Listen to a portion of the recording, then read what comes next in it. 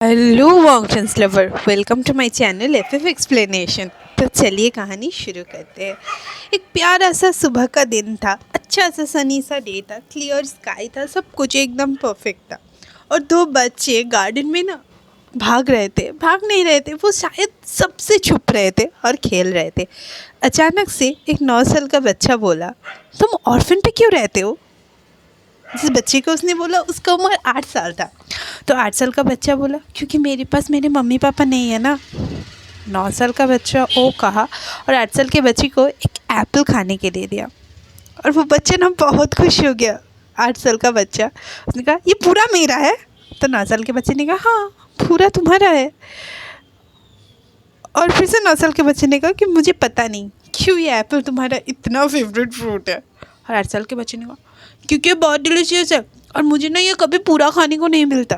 9 साल के बच्चे ने पूछा, तुम्हारे पूरे शरीर में इतना घाव क्यों है? 8 साल के बच्चे ने तुरंत जवाब दे दिया, क्योंकि मैं बहुत क्लमजी हूँ ना, मैं गिर जाती हूँ ऑर्फन में कभी कभी। 8 साल के बच्चे ने कहा, फिर से कहा, थैंक यू, मेरे ऑर्फन में ना मुझे कभी भी पूरा एप्पल कुछ भी खाने के लिए नहीं देता है। 9 साल के बच्चे ने कहा, मैं तुम्हें ना वहाँ से लेके चला जाऊँगा, प्रॉमिस। 8 साल के बच्चे ने कहा, पर तुम तो यहाँ पे और एक दिन हो, फिर तुम मुझे कैसे लेके जाओगे? 9 साल के बच्चे ने कहा, मैं फिर से तुम्हारे लिए वापस आऊँगा। और 8 साल के बच्चे ने कहा, हाँ, मैं तुम्हारा वेट करूँगा। और दोनों ने ना चुपचाप इस तरह से बहुत खेला, दोनों खेला। और 9 साल का बच्चा जो था वो ना बहुत थक गया, तो वो एकदम सॉफ्ट सॉफ्ट ग्रास में ना सो गया और अपना आँख बंद कर लिया और वो बस आँख बंद करके सो गया। और 8 साल का बच्चा कुछ ढूंढने लगा।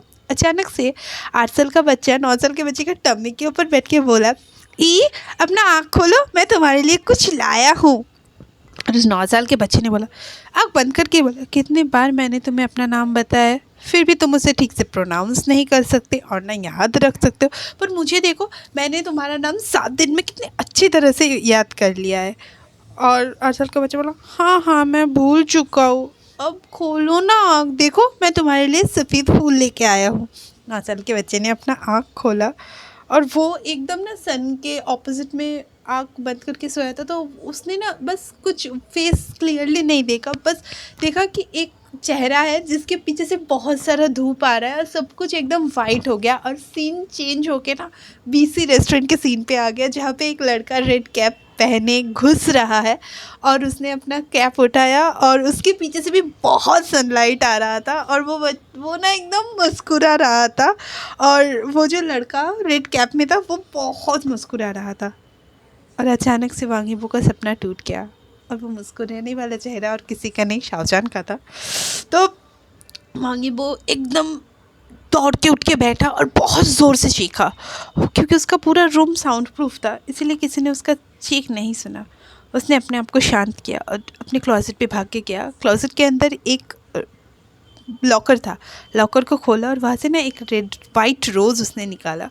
वो रोज़ ना एकदम मुरझा चुका था। 9 साल तक, 7 साल तक शायद, हाँ 7 साल तक, 9 साल तक, 9 साल तक, 9 साल का, हाँ 9 साल तक, हाँ 18 साल हुआ है, हाँ हाँ हाँ ठीक है, 9 साल तक वांगीबो ने उसे बहुत प्यार से रखा है, बहुत केमिकल्स यूज़ किया उसे फ्रेश रखने के लिए, पर वो उसे फ्रेश नहीं लग पाया। लास्ट ईयर से वो ना सूखना शुरू किया और उसने ना एकदम धीरे से कहा, मैंने अपना प्रॉमिस नहीं रख पाया, आई एम सॉरी, पर शायद मैं फिर से तुम्हें ढूंढ सकती हूँ, मैं फिर से तुम्हें ढूंढ पाऊँगा, मैंने तुम्हें फिर से ढूंढ लिया है।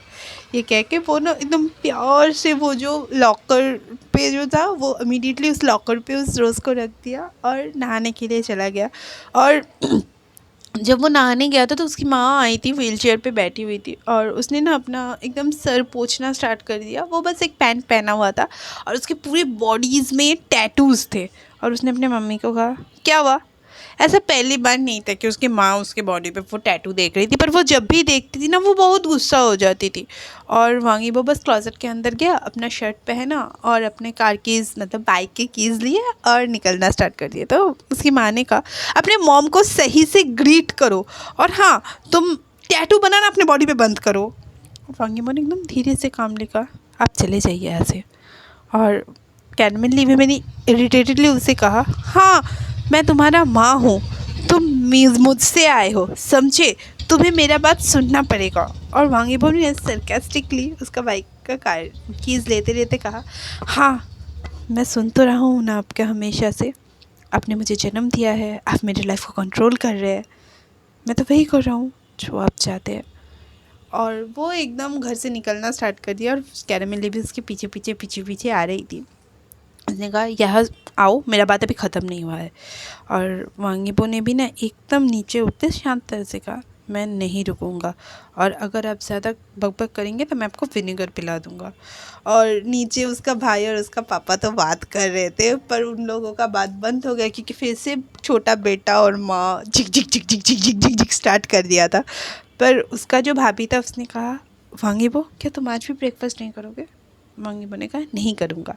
और उसकी माँ ने एकदम ज़ोर से कहा तो उसके पापा से, तुम कुछ कहते क्यों नहीं हो? वो किस तरह के कलर का है, वो क्यों ऐसा है? और उसके पापा ने एकदम इरिटेटेडली होके पर धीरे धीरे बोला, क्योंकि वो ज़ोर से तो बोल नहीं सकता था कि मैं कैसे कुछ कह सकता हूँ, जैसी माँ वैसा बेटा। और उसके मम्मी ने चीखा, क्या कर रहे हो? और उसके भैया ने कहा, नहीं नहीं इबो तुम प्लीज़ मम्मी से लड़ना बंद करो, सुबह सुबह मत लड़ो। वांग यीबो ने ना उसके पापा की तरफ देख के कहा, हाँ हाँ नहीं लड़ूंगा, आपके पापा के पास ना कॉकरोच है। और उसके पापा ने एकदम चीखना स्टार्ट कर दिया और वांग यीबो चुपचाप निकल गया। और वहाँ पे घर पे एक कैओस हुआ। कैरामेली बहुत चीखी उसके पापा के ऊपर कि तुम चुप हो जाओ, वो क्यों ऐसा है, तुम उसे क्यों नहीं संभाल सकती, जैसा बाप वैसा बेटा, पता नहीं कौन बाप है कौन बेटा है। और उसका जो पापा था वो बस उसे शांत करने शुरू कर गया। और वांग यीबो निकलते निकलते किसी डिटेक्टिव को कॉल किया और कहा कि तुम्हें ना किसी को स्केच के से ढूंढना पड़ेगा, स्केच करना पड़ेगा और फिर से उसे ढूंढना पड़ेगा स्केच से। मैं जल्दी से जल्दी तुम्हें स्केच भेज रही हूँ। और वो ना अपना यूनिवर्सिटी निकल गया क्योंकि आज उन लोगों का एडमिट का डे था। उसके सारे दोस्त आ रहे थे और हाँ शायद वांग जिशुआन को पता नहीं था कि आज एडमिट का डे है, तो इसीलिए वो भी शायद आ रही थी, नहीं आ रही थी, वो तो नहीं है तो अच्छा हुआ नहीं है। और वांग यीबो अपने बाइक के लेके गया और बस बाइक से उतरा। वो नॉर्मल ड्रेस पे था पर उसने ना अपना हेलमेट नहीं उतारा था। अचानक से किसी लड़के से उसका टकरार हुआ और वो लड़का कोई और नहीं, वो लड़का शाहजहान था। वो वहाँ पे अपने स्कॉलरशिप का एग्ज़ाम देने के लिए आया था। वांग यीबो ना एकदम उसने ना सोचा वांग यीबो, और फिर से खुद से ही सोचने लगा जो सब हेलमेट पहने हुए होंगे सब वांग यीबो नहीं होंगे। और उसने जब वांग यीबो को पहले देखा था तो वांग यीबो रेसर ड्रेस में था, पर अभी तो वांग यीबो रेसिंग के लिए अभी तो नॉर्मल क्लोथ्स में था तो उसे पहचान नहीं पाया। तो उसने ना एकदम धीरे से प्यार से कहा, आई एम सॉरी, तुम्हें पता है कि स्कॉलरशिप का एग्ज़ाम कहाँ पे हो रहा है? मैं यहाँ पे ना स्कॉलरशिप का एग्ज़ाम देने आया हूँ पर मैं खो चुका हूँ। वांग यीबो ने धीरे से अपना हाथ उठाया और एक तरफ पॉइंट किया और शाहजहान ने उसे थैंक यू सो मच कह के एकदम सर झुका के वहाँ से दौड़ के चला गया। और वांग यीबो ने धीरे धीरे कहा, तुम नहीं बदले हो, अभी भी बहुत पोलाइट हो। अपना फ़ोन निकाला और कहा, तुम्हें उसे ढूंढने की कोई ज़रूरत नहीं है, मैं उसे ढूंढ चुका हूँ। और वांग यीबो भागते भागते कहा, अया मुझे लगा वांग यीबो को मैं एग्ज़ाम से पहले देख सकता हूँ। और वो ना उसी डायरेक्शन पे भाग रहा था पर वो फिर से खो गया और फिर से वांग जिंगाओ से धक्का लग गया। हाँ वांग जिंगाओ फिर से फ़ोन में था। तो वांग जिंगाओ ने ना उसे पकड़े कहा, हेलो तुम यहाँ पे क्या कर रहे हो? तो उसने कहा प्लीज़, और वो कुछ कह पाता उससे पहले वांग जिंग, प्लीज़ तुम अपना डिसअपेयर, तुम फिर से खो जाओगे, उससे पहले तुम अपना नाम बता दो। तो वांग जिंगाओ को शाहजहान ने कहा, मेरा नाम शाहजहान है, मैं यहाँ पे स्कॉलरशिप एग्ज़ाम देने के लिए आया हूँ। और वांग जिंगाओ ने कहा, क्या तुम स्कॉलरशिप एग्ज़ाम देने के लिए आए हो, तुम इतना लेट क्यों हो? और उसका हाथ पकड़ा और भाग के लेके गया बस एग्ज़ाम हॉल की तरफ। और जाते जाते ना कहा, तुम बहुत लेट हो और तुम्हें ना एग्ज़ाम पास करना होगा, मैं तुम्हारे लिए यहाँ पे इंतज़ार कर रहा हूँ। शाहजहान को कुछ समझ नहीं आया कि वो क्या बोल रहा है। शाहजहान ने बस ओके कहा और वो एग्ज़ाम हॉल के अंदर बैठने ही वाला था तो वांग जिंगाओ चीख के कहा, हाँ 4 दिन बाद रिजल्ट है, तुम्हें पास करना पड़ेगा, मैं तुम्हारा इंतज़ार कर रहा हूँ। और शाहजहान ने चुपचाप बैठ के एग्ज़ाम देना स्टार्ट कर दिया। 10 बजे से एग्ज़ाम शुरू हो गया और वांग जिंगाओ वांग यीबो के पास आया और दोनों बात करना स्टार्ट कर दिया और दोनों बस अपना हेलमेट उतारे और वांग यीबो ने भी अपना हेलमेट उतारा और वो ना बस चुपचाप खड़े हुए थे और दोनों ने साइड हक किया और कहा क्या चल रहा है। और दोनों में थोड़ा सा बात हुआ तो वांग जिंगाओ ने ना अचानक से कहा, ईबो अगर सडनली कोई इंसान तुम्हारे लिए बहुत प्रीशियस हो गया तो तुम उसको किस तरह से डिस्क्राइब करोगे? वांग यीबो ने कहा, वो तो सपना होगा। और वांग जिंगाओ ने कहा, सपना? और यीबो ने कहा, हाँ, और तुम्हारे लिए? तो वांग जिंगाओ ने कहा, मेरे लिए वो डिज़ायर होगा क्योंकि मैं उस पर्सन को रियली में चाहती हूँ। और दोनों फिर से चुप हो गए और वांग जिंगाओ ने कहा, तुमने सपना कहा, इसका मतलब तुम उस पर्सन को रियलिटी में चाहते हो पर तुम नहीं पा सकते, क्योंकि जब भी तुम्हारा नींद खुलेगा वो दूर चला गया होगा। और वांगीबो ने कहा मैं तुम्हें आंसर नहीं देने वाला हूँ। और दोनों से पंचिंग करना स्टार्ट कर दिया। और वांग जिंगाओ ने कहा मैं जा रहा हूँ। और फिर से ना एकदम प्यार से वांगीबो ने कहा जिंगाओ। और उसने कहा क्या? सपना कभी कभी सच होता है। हाँ, बहुत बार वो सच नहीं होता है, पर इस बार मैं अपने सपने को सच करके रहूँगा, क्योंकि ये सिर्फ मेरा सपना है।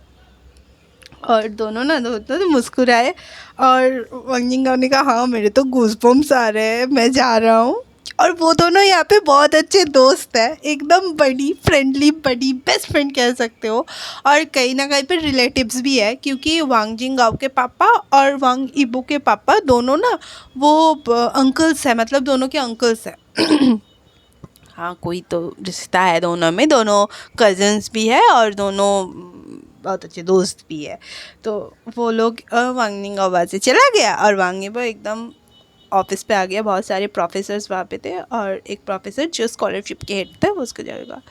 शाहजहान लिस्ट दे के बोलिए शाहजहान नाम का कोई क्या आया है? तो उसने चेक किया और कहा हाँ शाहजहान नाम का एक लड़का आया है, शाहजहान नाम का एक लड़का आया है और वो एग्ज़ाम दे रहा है। तो वांग ने कहा हाँ उसे ना पास करवाना ही होगा, क्योंकि उसे पास करवाना होगा, अगर वो फेल होता है तो फिर भी उसे पास करना होगा।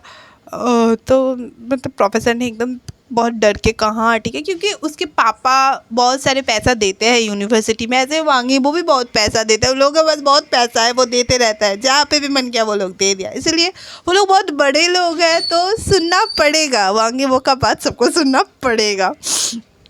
और कहा तो वांगीबो बस निकला और किसी को अपने सेक्रेटरी को कॉल करके कहा ड्रूम मैनेजर का नंबर दे दो। तो ड्रूम मैनेजर से बात किया कि देखो मैं 2 मिनट में आ रहा हूँ, तुम ना एकदम बेस्ट जो रूम है वो दिखाओ, क्योंकि मुझे वो चाहिए। और बेस्ट रूम का सर डोराज रूम कह के कुछ नाम था उसका। तो उसने ना सर शाहजहान ने भी अपना एग्ज़ाम दे दिया और वो निकला और उसने कहा हाँ ये यूनिवर्सिटी तो बहुत बड़ा है, मैं फिर से ना यहाँ पे खो जाऊँ। और उसने ना एकदम निकला और कहा वो क्या, वो शायद आज मुझे नहीं मिलेगा।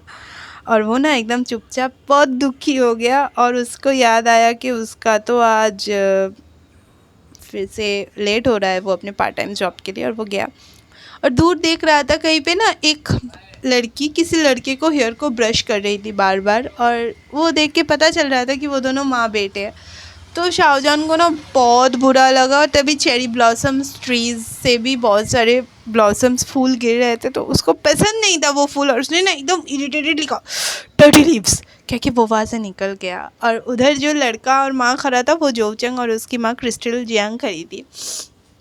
और उसने अपने बच्चे का तो हेयर स्टाइल ठीक तो कर नहीं पाता, जोचंग ने गुस्से से कहा माँ मैं जा रहा हूँ। और उसकी माँ को भी ना मतलब क्रिस्टल जियांग को भी पसंद नहीं था चेरी ब्लॉसम्स, तो उसने भी एकदम मुंह बना के कहा डर्टी लिप्स, और दोनों चला गया। और एकदम पलक झपकते 4 दिन बीत गए। शाहजहान आया और आके देखा टॉप मतलब 1 to 7, एक तरफ 1 to 7 का लिस्ट था और एक तरफ टॉप 3 का लिस्ट था। तो 1 to 7 में तो उसका नाम नहीं था, तो उसने उसको ना बहुत डर लग रहा था। तो वो देखा कि नहीं टॉप 3 में उसका नाम था, तो वो एकदम खुशी से कहा हाँ मैंने कर दिया। और वो ना चारों तरफ एकदम ब्राइट से स्माइल लेके वांगीबो को ढूंढने लगा। और उसने ना पर उसे वांगीबो कहीं पे भी नहीं मिला। और उसको फिर से याद आया कि वो अपने पार्ट टाइम जॉब्स के लिए लेट हो रहा है, उसने थोड़ा सा छुट्टी लिया था। तो वो जा रहा था और उस वहाँ पे लिखा था कि स्कॉलरशिप स्टूडेंट को कल से अपना क्लास अटेंड करना पड़ेगा और आज रात को ही उसे मतलब रूम में एंट्री ले लेना पड़ेगा। तो वांगीबो ने कुछ भी नहीं कहा, उसने बस कहा हाँ कल ढूंढेंगे आगे वांगीबो को। और पार्किंग स्पेस से अपना साइकिल लिया और चला गया। वांगीबो भी ना वहाँ पे प्रोफेसर के साथ खड़ा था। तो प्रोफेसर ने उसे कहा वो बहुत अच्छा स्टूडेंट है, अगर तुम नहीं भी बताते तो उसे फिर भी स्कॉलरशिप मिलना था, क्योंकि उसने 95% स्कोर किया था। वांगीबो ने हाँ कहा और वांगीबो ने उसके पीछे बहुत सारे बॉडीगार्ड्स लगा दिए थे, क्योंकि वो वांगीबो को बिलोंग करता है यार, तो लगा दिए थे। तो एक बॉडीगार्ड्स ने कहा वो अपना फर्स्ट जॉब पे जा रहा है, पार्ट टाइम जॉब पे जा रहा है।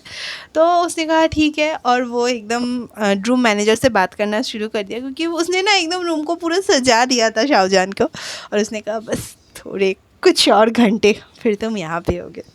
और शाहजहान ने भी सब काम वाम करके वो रेस्टोरेंट के जियांग रेस्टोरेंट पे काम कर रहे थे, अंकल जियांग के वहाँ पे काम कर रहे थे। तो उसने कहा अंकल जियांग मुझे आपसे ना कुछ बात करना है। और तब अंकल जियांग वेजिटेबल शॉप कर रहे थे। तो उसने कहा हाँ बोलो क्या बात है। कहा मुझे ना स्कॉलरशिप मिल चुका है, मैंने आपको बताया था एग्ज़ाम देने के बारे में। तो वो ना एकदम बहुत खुश हो गए और उसने कहा तुम क्या कर रहे हो, मुझे बहुत अच्छा लगा, बहुत अच्छा न्यूज़ है। मैं तो बहुत सैड हो गई थी जब मैंने सोचा था कि तुम यूनिवर्सिटी नहीं जाओगे, पर मुझे बहुत अच्छा लग रहा है। और तुम कब शिफ्ट कर रहे हो। तो शाहजहान ने कहा आज इवनिंग को। और फिर ना वो बहुत तुम इतने सैडली क्यों बोल रहे हो, बहुत अच्छा न्यूज़ है, तुम्हें तो खुश होना चाहिए। तो कहा मैं ना नाइट शिफ्ट नहीं कर पाऊँगा आपके यहाँ पे, मैं आपके यहाँ पे 4 से 8 बजे तक काम करूँगा क्योंकि रूम का दरवाज़ा 9 बजे बंद हो जाता है। तो उसने कहा ठीक है कोई प्रॉब्लम नहीं है। और वो अंदर गया और एक पैकेट लेके आया, उसमें 20,000 युआन थे वांग शाहजहान के लिए।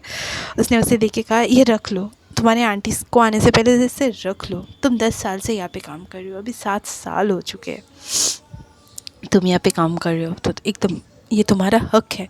मैं तुम्हारे स्कूल टाइम से रख रहा था। और कहा अंकल, उसने कहा नहीं रख लो। और उसने वो पैसा दे दिया शाहजहान को। और शाहजहान थैंक यू कहा और काम करना फिर से शुरू कर दिया क्योंकि उसे पैकिंग भी करना था। पैकिंग करके वो जब निकला तो उसने कहा, और अंकल ने उसे कहा ठीक है साहब ठीक ठाक से रहना, और अगर तुम्हें कोई बुली करे ना तो प्रोफेसर से जाके कह देना। तो मिस जियांग ऑब्वियसली एकदम बड़बड़ करते कहा क्यों उसे कोई ट्रबल करेगा, वो तो खुद एक ट्रबल है, पूरी धरती की वो बोझ है। और जाओ और जल्दी काम करना। शाहजहान को थोड़ा बुरा लगा पर उसने कुछ भी नहीं कहा। उसने अंकल जी को बाय कहा और वहाँ से साइकिल लेके यूनिवर्सिटी तक आ गया। और यूनिवर्सिटी तक पहले पहुँच के ना वो गेट पे पहुँचा और मैनेजर से कहा सर मैं यहाँ पे हूँ स्कॉलरशिप। और उसको देख के ना रूम मैनेजर कहा हाँ तुम शाहजहान हो ना, तुम आ चुके हो, अच्छा हुआ ये लो तुम्हारा कि चलो मैं तुम्हें तुम्हारा रूम दिखाता हूँ। और शाहजहान को थोड़ा अजीब लगा क्योंकि रूम मैनेजर उसे कैसे पहचानता है। और उसने पूछा कि आप मुझे कैसे पहचानते हैं। तो रूम मैनेजर क्यों तुम आखिरी स्टूडेंट हो जिसे आना बाकी था, चलो। और शाहजहान ने ना एकदम प्यार से कहा आई एम सॉरी, मैंने आपको बहुत देर तक वेट करा, तो ठीक है। और वो लोग एकदम लिफ्ट की तरफ जाने लगे। शाहजहान देख रहा था कि रूम मैनेजर ने उससे कहा कि वो लास्ट है, पर अभी भी बहुत सारे लोग आ रहे थे जो अपने लगेज को लेके आ रहे थे। और उसको पता नहीं चल रहा था कि एग्जैक्टली यहाँ पे क्या हो रहा है। और उसने बस कुछ भी ना पूछने का सोचा क्योंकि आज उसका पहला दिन था और उसे नहीं चाहता कि कुछ पूछे और वो डांट खाए, वो नहीं चाहता था। तो वो लोग 10th रूम तक पहुँचे और उसका रूम नंबर था 108। और उसको कीज़ दिया और कहा दरवाज़ा खोलो, और वो रूम मैनेजर वहाँ पे ही खड़ा था। शाहजहान के पास कुछ भी नहीं था, उसे पता था पूरा रूम खाली होगा और उसके पास कुछ भी वो नहीं लाया था। उसने बस अपना बैग था और बैग में कुछ बुक्स थे और कुछ उसके क्लोथ्स थे। बुक्स तो उसके काम आने वाले नहीं थे पर फिर भी उसने रख दिया था। और कहा, और उसने ना एकदम डरते दरवाज़ा खोला तो देखा पूरा घर सजा हुआ था, पूरे एकदम कुशन्स थे, एकदम सॉफ्ट पिलोज थे, कर्टन्स थे, यहाँ तक कि एक छोटा सा किचन एरिया था। और उसके ना एक सुंदर सा रोज़ का बुके रखा हुआ था, बहुत सारे एप्पल्स रखे हुए थे उसके लिए, और एक छोटा सा लैपटॉप भी था उसके पढ़ाई के लिए। और वो ना एकदम शॉक हो गया खोल के कि ये ये क्या है। तो रूम मैनेजर से क्या ये मेरा रूम नहीं है, हम शायद किसी और के रूम में आ चुके हैं। तो उसने कहा रूम मैनेजर नहीं ये तुम्हारा ही रूम है, क्यों ऐसे बोल रहे हो तुम। तो शाहजहान ने कहा क्योंकि मेरे पास कुछ भी नहीं था, ये सब कैसे आया सर। तो कहा तुम स्कॉलरशिप स्टूडेंट हो ना, हम सारे स्कॉलरशिप स्टूडेंट को ये सब प्रोवाइड कर रहे हैं क्योंकि तुम लोग स्कॉलरशिप से कॉलेज का नाम आगे लेके जाओगे, इसीलिए हम सबको ये प्रोवाइड कर रहे हैं। और शाहजहान ने कहा पर ये फ्लावर बुके और एप्पल क्यों। तो उसने कहा हाँ क्योंकि तुम स्कॉलरशिप स्टूडेंट हो इसीलिए। हाँ और हाँ तुम बोलो तुम्हें क्या ये पसंद है, मैंने बहुत प्यार से सजा है। तो शाहजहान ने कहा हाँ मुझे बहुत पसंद है, आई लव इट और यू आर वेलकम, चलो अब रेस्ट ले लो। और कह के ना वो एकदम निकल गया। और निकलते ही वो लिफ्ट में जाता तो एक लड़का उससे पूछा सर 220 रूम कहाँ पे है। तो उसने एकदम गुस्से में कहा खुद से ढूंढ लो, मैं यहाँ पे तुम्हारे रूम ढूंढने के लिए नहीं। और शाहजहान ने ये सब देखा पर उसने कुछ भी नहीं कहा। उसने बस कहा हाँ कितना सॉफ्ट बेड है, मेरे पास कभी इतना सॉफ्ट बेड नहीं था, मेरे पास तो कभी बेड ही नहीं था। और वो बस बैठ गया और वो फ्लावर के बुके को देखा। वो उसका फेवरेट फ्लावर था, पर वो कभी ख़रीद नहीं पाया। उसके सामने एप्पल्स रखे हुए थे एकदम बड़े ट्रे में, एक ट्रे उसका फेवरेट फ्रूट था, पर वो कभी एप्पल्स नहीं खा पाता। वो वहाँ से वो एक एप्पल्स लिया और खाना स्टार्ट कर दिया और कहा बहुत अच्छा टेस्ट है। और वो ना बैल्कनी पे आया, तो बैल्कनी के ऑपोजिट साइड में ना एक बहुत बड़ा सा जंगल था। ज़्यादा डीप जंगल नहीं था, वहाँ पे स्टूडेंट्स घूम सकते थे। और वहाँ पे ना उसने एक फिगर को देखा, कोई बाइक के ऊपर बैठा हुआ था। तो उसने कहा, सोचा वांगे वो, और उसे खुद से जो कोई भी बाइक में होगा, जो कोई भी जिसको भी मैं देखूंगा, क्या मैं उसे वांगे वो क्यों सोच रहा हूँ, मैं क्या हो गया है मुझे। तुम रियलिटी में वापस आओ शाहजहां, तुमसे उसे दूर से देखने के लिए आए हो, वो किसी और का है। और शाहजहां बस अंदर गया, उसे बहुत टायर्ड लग रहा था, इसीलिए उसने बस फ्रेश हुआ, ड्रेसेस ली, पहना और कहा हाँ कल एक नया दिन है और मैं शायद वांगे वो को ढूंढ लूँगा। और कहते कहते ना वो बस सो गया। बाहर वांगी वो जंगल के बाहर सच में वांगी वो ही था। वो बस चुपचाप वहाँ पे शाहजहां क्या कर रहा था वो देख रहा था। 2 बजे थे रात के। वांगी वो चुपचाप बाइक पे बैठा हुआ था। वो बस धीरे से बाइक से निकला और वांगी शाहजहां के रूम की तरफ गया। सारे बॉडीगार्ड्स को पता था कि शाहजहां के रूम पे वांगी वो लेट नाइट पे आएगा। और उसने डुप्लीकेट की से दरवाज़ा खोला तो देखा शाहजहां ना एकदम बेबी की तरह एकदम छोटा सा कर्ल बॉल खुद को बना के वो सो रहा है। वांगी वो ने स्माइल किया, उसको टक किया, मतलब उसे ऊपर धीरे से ब्लैंकेट उड़ाया और कहा फाइनली मैंने तुम्हें ढूंढ लिया। वांगी वो वहाँ पे बैठा रहा और टाइम बस उड़ता चला गया। देखते देखते कब 2 से 3:30 बज गए किसी को नहीं पता। वांगी वो ने अपने घड़ी की तरफ देखा कि हाँ 3:30 बज चुके हैं। उसने सॉफ्टली शाहजहां के फेस को केयर किया, उसके फोrehead पे किस किया और वहाँ से निकल गया। तो आज की कहानी मैं यहीं पे ख़त्म करती हूँ। देखती हूँ कल क्या होता है, शाहजहां को किस तरह से वांगी वो उसके प्यार में फेंकता है, कौन है शाहजहां ई है या कौन है। तो बहुत सारे ट्विस्ट खोलना बाकी है। तो चलते हैं, मेरे चैनल को लाइक कीजिए, शेयर कीजिए, सब्सक्राइब कीजिए। Okay bye.